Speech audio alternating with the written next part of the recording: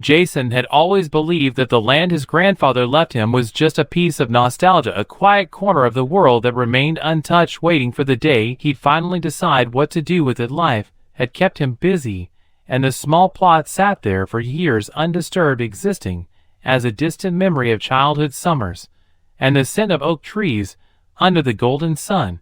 But nothing could have prepared him for the gut-wrenching, rage-inducing moment when he scrolled through his phone one lazy Saturday morning and saw something that made his blood run cold. An article popped up on his feed, a feature on a stunning new mansion hailed as the pride of the neighborhood. The headline boasted about the visionary leadership of the homeowner association president, a woman named Karen Westwood, who had supposedly transformed an unused lot into a luxurious dream home. Jason wouldn't have given it a second glance if not for the nagging sense of familiarity tugging at him as he stared at the photo. Something about the land, the background, the trees, the very shape of it felt disturbingly recognizable.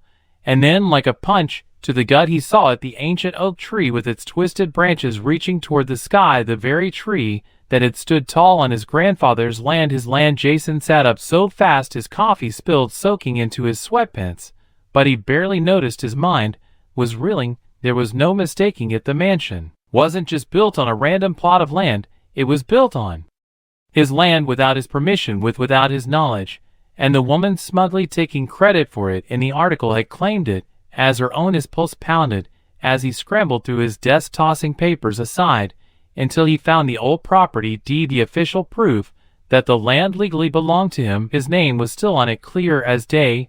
There was no mention of a sale, no transfer, no record of anything that could justify why his land was now home to a massive high-end house owned by a woman he had never met. How was this even possible? His hands clenched the papers so tightly they crumpled, and a bitter laugh escaped his lips. This had to be some kind of mistake, some ridiculous clerical error.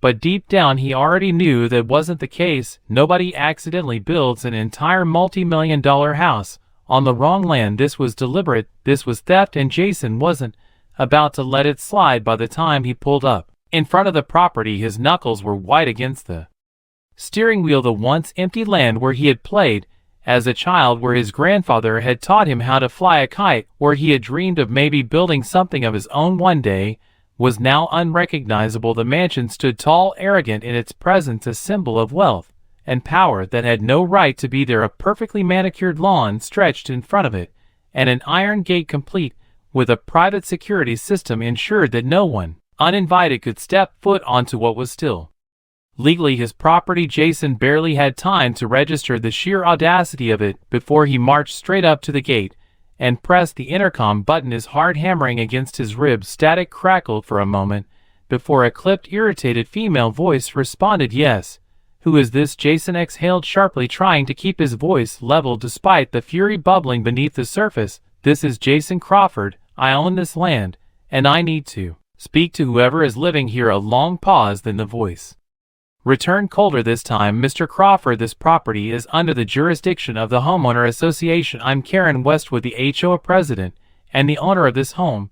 If you have any concerns, you'll need to go through the proper channels." Jason's jaw tightened. "There are no proper channels, Karen. This land was never part of any HOA, and it sure as hell wasn't yours to build on. I have the deed in my hand." Another pause. This one felt heavier, almost calculated, than a sharp, dismissed chuckle. "I don't appreciate baseless accusations, Mr. Crawford. This home was built with full approval.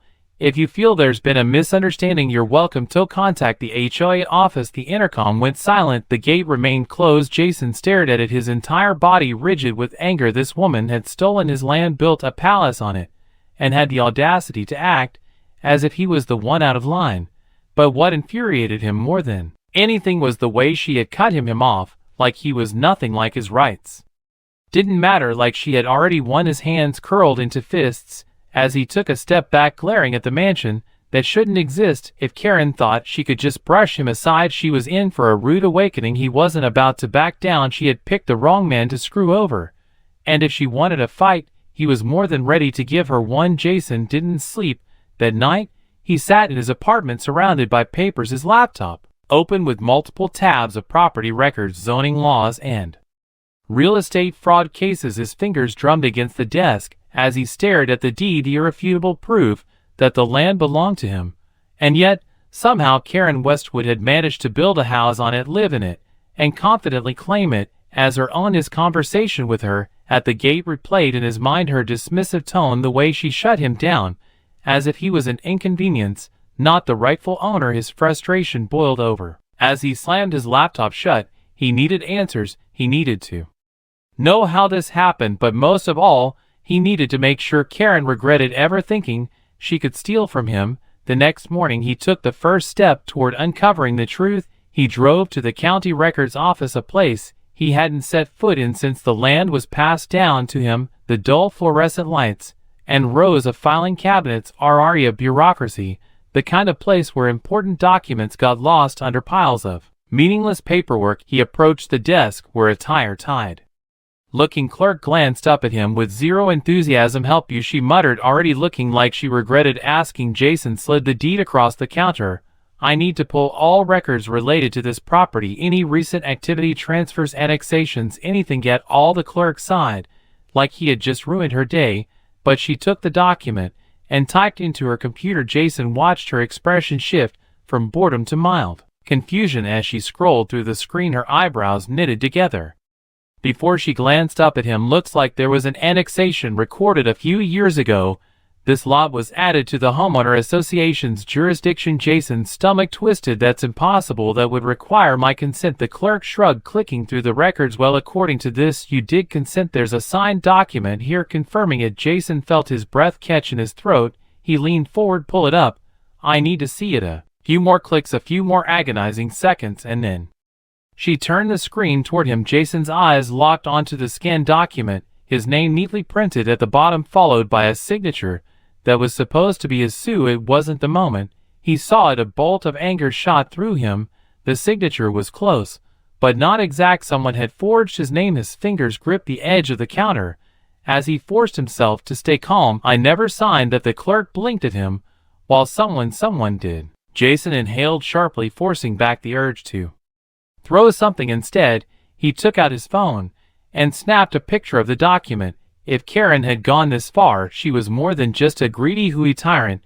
She was a full-blown criminal. His hands trembled with fury as he took the printed copy from the clerk, thanked her through clenched teeth, and stormed out of the office. He sat in his car, gripping the steering wheel so tightly his knuckles turned white. Karen had committed fraud that was undeniable, and now she was living in a house built on stolen land with a forged document covering her tracks. Jason wasted no time. He called the first real estate attorney that popped up in his search results, a woman named Lisa Hardman, who specialized in property disputes. Within an hour, he was sitting in her office, sliding the document across her desk. She barely glanced at it before shaking her head. "That's a forgery," she said flatly. Jason's jaw tightened. "Yeah, I figured that part out." Lisa leaned back in her chair, tapping a pen against her desk. "Here's the thing. A fraudulent annexation is serious, but it doesn't immediately void ownership. If we can prove this was done illegally, we can reverse it, and she'll have no legal claim to the land." Jason's stomach tightened. "And the house?" Lisa smirked. "If the land wasn't legally annexed, the house is trespassing. She built it on property she doesn't own. That's a lawsuit waiting to happen." A low grin spread across Jason's face. "So I can take everything from her?" Lisa shrugged. "Legally, yes. Morally, that's up to you." Jason had no doubt in his mind Karen had stolen from him, lied, and used her power to manipulate the system. She deserved whatever was coming to her. Over the next few days, Jason and Lisa worked together to gather evidence. They pulled more records, dug into the HOA's past dealings, and even spoke to a few of Karen's neighbors. What they uncovered only made things worse for Karen. She had a history of shady dealings, using her position as HOA president to bully residents, issue absurd fines, and even threaten homeowners who didn't comply with her ridiculous rules. She was in every sense of the word a dictator in a pantsuit, and it wasn't just Jason who had suffered. There were others. One of them was Frank, an elderly veteran who had been fined repeatedly for minor infractions, like having a flagpole that was an inch too tall. Another was Elena, a single mother who had nearly lost her home after Karen imposed a sudden, unexplained HOA fee increase. Both of them had stories of Karen's corruption, and both were more than happy to help expose her. Jason knew he had enough to take her down legally, but he wanted more. He wanted to hit her where it hurt. And then, as he sat outside her gated mansion staring at the symbol of her stolen success, an idea formed in his mind. If Karen thought she was untouchable, she was about to learn just how wrong she was. Jason knew the legal battle was inevitable, but taking Karen down in court wasn't enough. He wanted her to feel it. He wanted her to experience the slow creeping panic that came with losing everything. She had stolen his land, built her castle, and laughed in his face. Now it was time to strip away her power brick by brick, and he had the perfect plan. The first step was to expose her publicly. Karen thrived on her image as the proud, sophisticated HOA president who had transformed the neighborhood. Every time she spoke at town hall meetings, she painted herself as a visionary, someone who had single-handedly elevated the community. But Jason knew the truth: the fraudulent land annexation, the misuse of HOA funds, the countless stories of residents she had bullied into submission. This wasn't just about one stolen property anymore. It was about years of unchecked power, and Jason was about to put all of it under a microscope. With S help, he compiled every piece of evidence. They had the forged signature, the illegal zoning approval, the financial record showing Ken had funneled HOA money into personal projects, and the testimonies of Frank, Elena, and several others who had been victimized by her. Then he sent the entire file to every major local news station, real estate blog, and social media watchdog group he could think of. If Karen thought she could hide behind bureaucracy, she was about to find out how quickly public outrage could tear through a reputation. The second step was to turn the neighborhood against her. Jason wasn't just going to expose her, he was going to make sure she had no allies left. He reached out to HOA members one by one, presenting them with undeniable proof of Karen's corruption. He wasn't surprised when most of them admitted they had suspected something was off, but had been too afraid to challenge her. The fear of fines, harassment, and retaliatory rule changes had kept them silent, but now they were angry, and an angry neighborhood was a dangerous thing. Karen, of course, caught wind of the brewing rebellion. The HOA office received an influx of complaints and demands for an emergency meeting. Residents who had once been too scared to confront her were now openly calling for her removal. Jason could only imagine the fury building inside her as her carefully crafted empire started to crumble. But she wasn't about to go down quietly. One evening, just as Jason was finalizing the legal case with Lisa, his phone rang. Phone number he answered, already suspecting who it might be. A slow, controlled voice greeted him. "You're making a mistake." Jason smirked. "Karen, how's the house?" There was a long silence before she spoke again, her voice dripping with fake calm. "I don't know what you think you're doing, but this won't end well for you. I have resources, connections, this neighborhood, these people, they respect me. You're an outsider. No one's going to take your side." Jason leaned back in his chair, letting her words settle for a moment before responding. "Karen, have you checked the news today?" Another pause, a shorter one this time. He could practically hear her scrambling for her laptop, her perfectly manicured fingers clicking furiously on the keyboard, and then a sharpened take of breath. She had found the articles, the reports exposing her fraudulent land, grabbed the screenshots of HOA funds mysteriously disappearing under her leadership, the residents coming forward. W. Ward with their horror stories. Jason grinned. "Seems like your resources and connections have some explaining to do." Her voice lost its fake calm. "You son of a..." He hung up before she could finish, but Karen wasn't done. The next day, an emergency HOA meeting was called, one that she fully intended to host to regain control. Jason, of course, made sure to attend. He stood at the back of the crowded room as Karen took the floor, her usual air of confidence replaced by barely sealed frustration. She started with the usual tactics, claiming that the accusations were misunderstandings, that the financial discrepancies were clerical errors, that the residents speaking against her were misinformed. But it wasn't working. People interrupted, they shouted, they demanded accountability. And then Jason stepped forward. He held up the forged annexation document, the one with his fake signature, and let the room fall into a tense silence. "You all recognize this, right? The document that supposedly allowed my land to be part of the HOA. Here's the thing, the signature isn't mine. It's a forgery, a crime, and the woman standing in front of you committed it." Murmurs spread through the crowd. Karen's face paled, but she tried to regain control.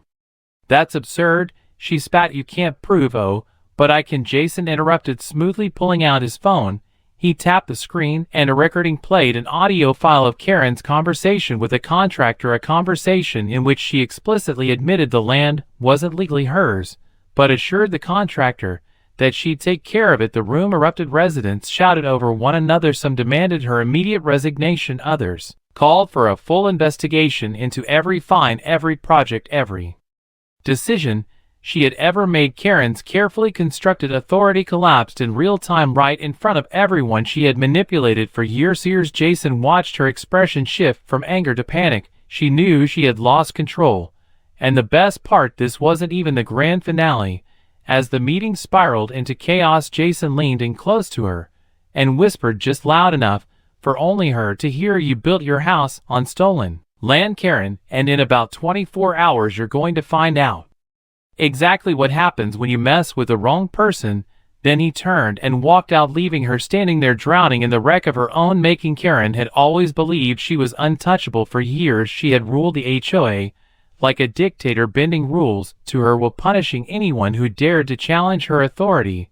But now, she wasn't just facing angry homeowners, she was facing the law, and Jason made sure she felt every ounce of pressure as her empire came crashing down. The morning after the HOA meeting, Jason stood outside the county courthouse watching as Lisa walked toward him, a thick folder tucked under her arm. He barely had to speak. He already knew the case was airtight. The fraudulent annexation, the forged signature, the financial mismanagement, it was all there, clear as day.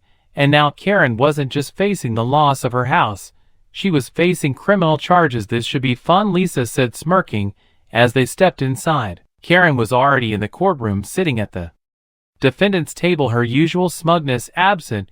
She was dressed in a stiff conservative suit, her expression carefully neutral.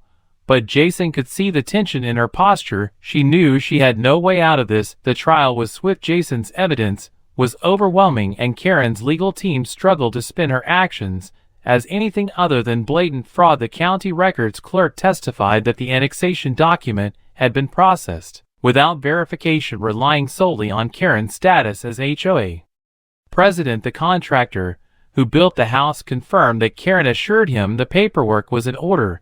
And then there was the forensic expert who testified that Jason's signature on the annexation document had been forged. Karen's lawyer tried to argue that it was all a misunderstanding, that she had truly believed the land was part of the HOA's jurisdiction.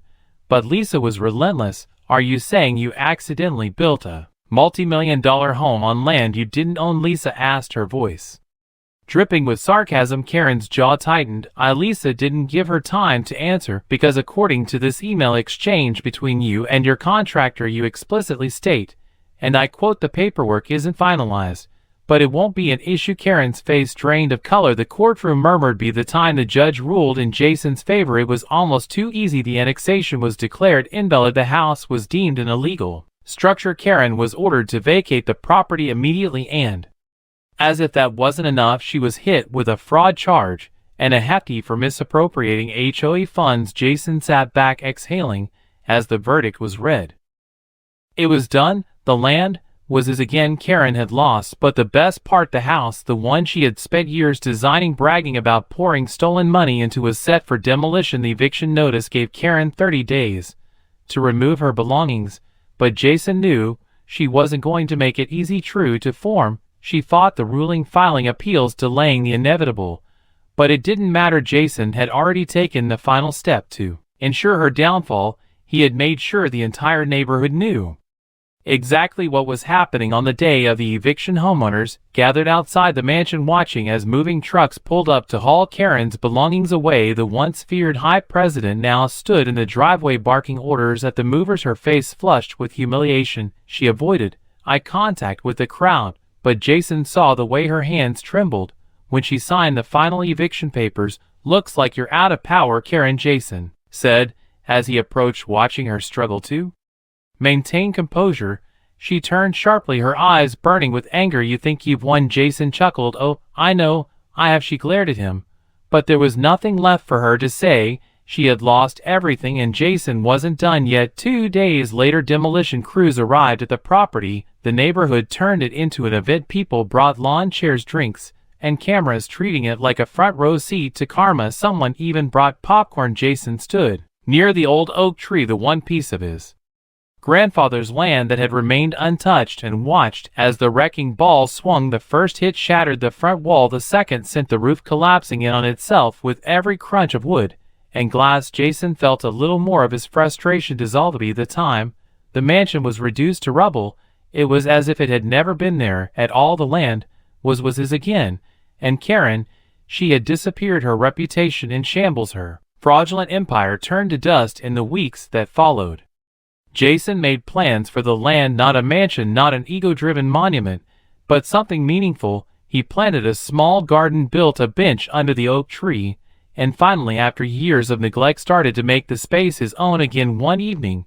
as he sat beneath the tree watching the sun dip below the horizon, he received an unexpected letter from Karen. Jason hesitated before opening it, half expecting a final attempt at defiance, but as he read the words, he was surprised. "I don't expect forgiveness, nor do I deserve it, but I wanted to say I'm sorry. You were right to fight for what was yours. I hope you can find peace on that land." Jason read the letter twice, then folded it and set it aside. Karen was gone, and for the first time in years, the land, his land, felt whole again.